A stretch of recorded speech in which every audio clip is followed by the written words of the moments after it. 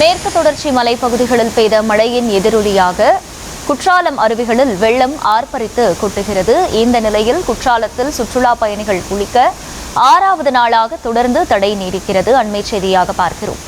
கடந்த 6 நாட்களாக சுற்றுலா பயணிகள் குற்றாலத்தில் குளிக்க தடை விதிக்கப்பட்டிருந்த நிலையில் தொடர்ந்து இன்றும் தடை விதிக்கப்பட்டிருக்கிறது. மேற்கு தொடர்ச்சி மலைப்பகுதிகளில் பெய்த மழையின் எதிரொலியாக குற்றால அருவிகளில் வெள்ளப்பெருக்கு ஏற்பட்டிருக்கிறது. அங்கே வெள்ளம் ஆர்ப்பரித்து கொட்டும் நிலையில் தொடர்ந்து 6வது நாளாக குற்றாலத்தில் சுற்றுலா பயணிகள் குளிக்க தடை விதிக்கப்பட்டிருக்கிறது. அண்மை செய்தியாக பார்த்து வருகிறோம்.